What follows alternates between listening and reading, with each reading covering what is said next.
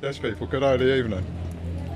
Obviously, to start off, what a fantastic little experience that was in the Wax Museum, just for the crack. Honestly, you know, last time I was in Poland, I was trying to maybe go to a theme park or do whatever and see what I could promote there.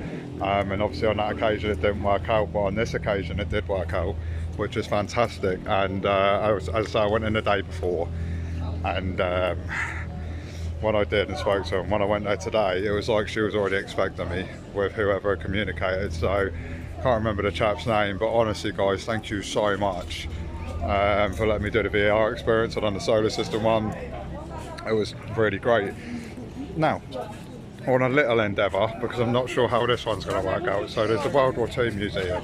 It's open today, but I know it's only open for a couple more hours. So what I wanted to do was walk under this lovely wooden giraffe bit, but as you can see, there is work going on. It's only going to improve it in the future, so fair play. And a lot of the other areas around it is not. The other side, over this way, over there, is basically being built up with buildings like this, and like that on the other side. There's just some shells there, so it's like they're expanding around the waterfront as well, which just shows you the progression of Poland and how rapid it's taken on. And actually, you know, in different areas, like my friend is in Katowice, there was a lot of good things to see and do. I mean, this is just a quirky little side street here from this side as well, you know, and gives you a bit of a different perspective of the churches and stuff. So yeah, you know, you can really sort of keep walking around and getting lost, and that's a lovely thing about the old town here. And you don't have too many commercial things in the way as far as I'm concerned. Some things like sweet shops and Żabka and, you know, really like necessary kind of things, because Żabka's been my little hero at the moment for mushroom and cheese paninis. And we'll touch on more, like, you know, when you're vegetarian, trying to understand certain things, sometimes it's good to put something, a little bit of something in Google Translate, show them a product, you know, sort of say, does it have meat in it? And then they'll say yes or no, so, or tak or niet. And yeah, that wooden giraffe bit is very, very cool. Where it pokes out. I know something about like a crane, I believe, like an old school crane that helped with boats. I don't know if it was taking them out of the water or lowering them or whatever, but again, if you have more information on that, please comment below, because then you'll be able to tell me more. But now we're obviously coming away from some of the works, and you have a gap in the middle. That is the bridge that usually would be turning, but obviously because of this bit and something they're doing, it's not. Which is a little bit of a shame, but Whiskey in the Jar looks a cool place, man. And soon it will be beer o'clock, because I think it'd be rude not to. And what I've done is kept a couple of glass bottles, and at Eurospar, you can get like 5% Carlsberg for €2.99 in a glass bottle. So if they're going to take a zloty off for the glass bottle, that is going to be 2 zloty. A bottle of Carlsberg for 2 for me, so it'll be 4 zloty, 80p for 2 more beers. At that price, you can't really say no. And I have taken it a bit more easy on this trip because, you know, it was necessary to. And yeah, I think part of the building ahead that's pointing up is the European Solidarity Museum. Up here we've also got the pirate ship, and yeah, as I progress this way on this side, like I did last night, I should go past the War Museum. The wheel's just poking above over there as well, and there's like another museum. Like I said, the variety and amount of things you can do in Gdansk is a lot. And there you go, it's a little statue of the wooden giraffe, and I believe I've just gone under it, but I was kind of swept away, and that's how I felt. Yeah, look at that, man, there you go. So it's a massive structure, man. It's been there for a long time, but obviously, you know, maintenance, things like that to keep it looking good and keep it in place is very important.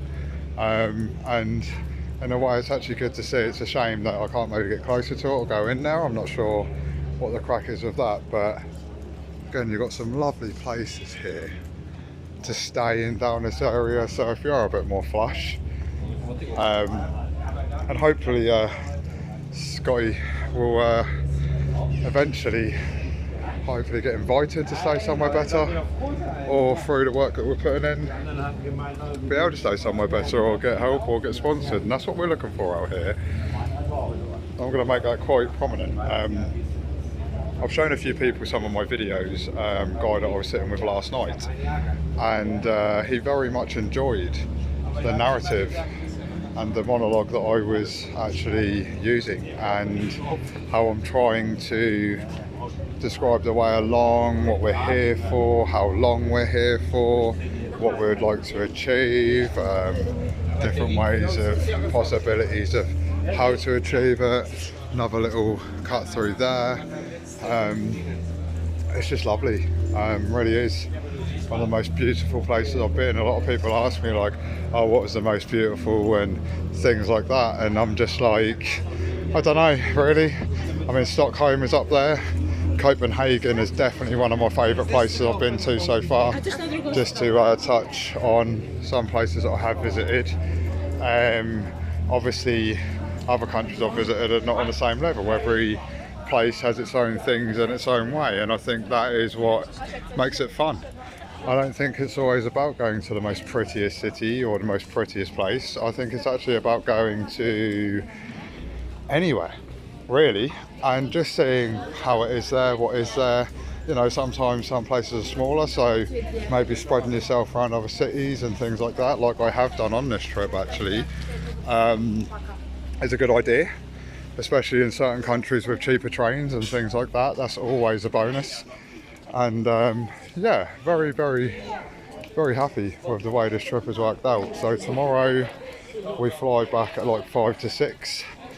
So I've probably got till about 2 p.m, which doesn't give me a massive amount of time. Now we have to get on another subject. Sorry about that.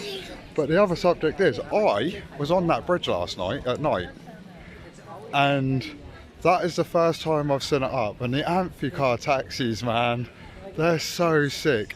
I think you're driving yourself as well, which is wicked. But yeah, seeing that bridge up like that, that's awesome, man. Wow, very cool. And then, you know, we're back near the carousel where we were last night. You know, there's always a Żabka. Just remember that. They're bloody everywhere. But it was up from this direction that I came to get to the World War II Museum. Now, Scottie Solo likes to promote ourselves and others. And it is quite late. So it'll only be open for a couple more hours. Now, some say it takes many, many, many, many hours to get around it because it's phenomenal. Like the one I went into Katowice is probably like 10% of this, yeah? So, that being said, you know, that's just how it is. I really lost track of what I was saying there.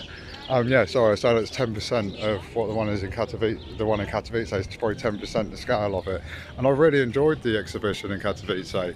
It's actually very, very impressive, with a big part of it that I went into.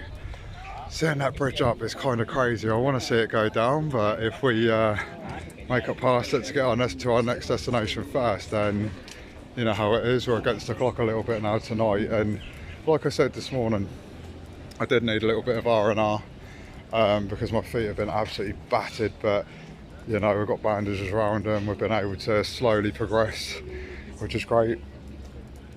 And honestly, this this actual place has yeah, took my breath away on many occasions.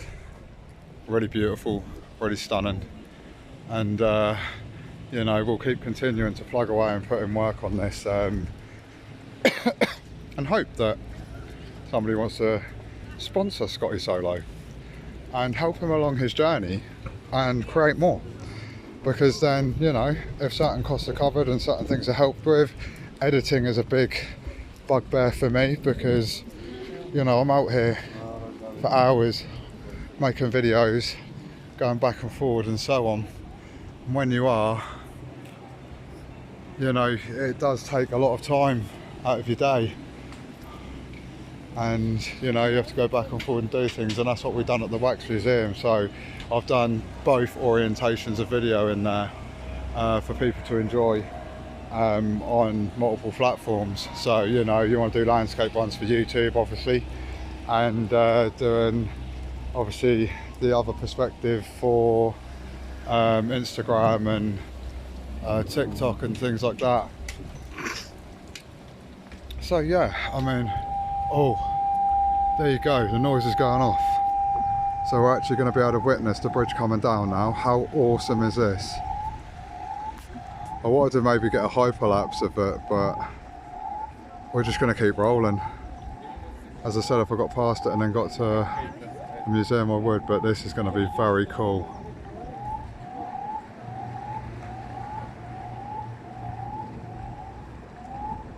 Well, come on then.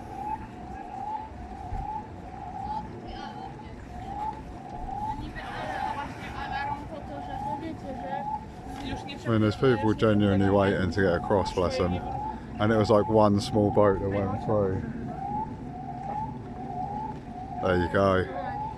Now it's starting to dip down.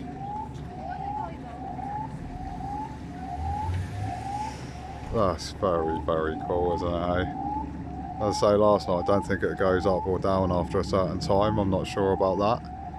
But yeah, imagine being standing on there, waiting for it to calm down like in front of you. It must look pretty insane. It's obviously quite slow because it needs to be, but quite a bit of ingenuity there to pop it up and down. That's the thing I think with this canal though, you've got a lot of bridges, but when you get further up into more industrial areas, bridges across are very difficult and can sometimes go through work areas, so that is again something to be aware of. But if you're sticking to the main part of this over there in front of me, then you know it's not so much of a bother. But where I was staying, I was quite near the industrial part.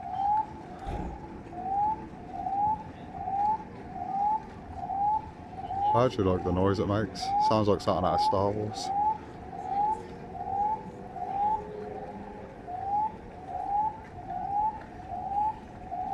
And then soon, people will be able to progress and get to the other side. But that is a cool thing to kind of wait for. I thought more like tourists hung for it. Probably that's more like the one that turns, which I've seen in like older previous vlogs from other people. But on this occasion, I think it's just a necessary one. But yeah, seeing that was right up in the air and it's now coming down. For all you know, the people that like the industrial side of things and different architecture and how certain things work different ways, I hope you enjoy this part of the vlog.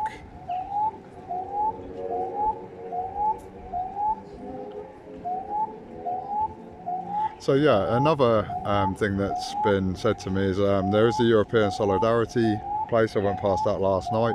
May or may not have opened the door to have a look in because it was open.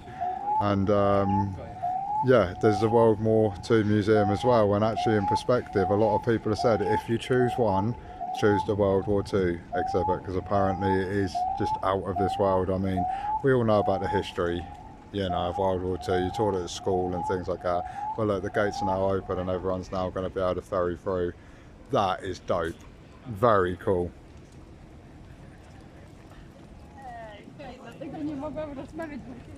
So yeah, let's hobble along a little bit further up this way then, which we come from yesterday.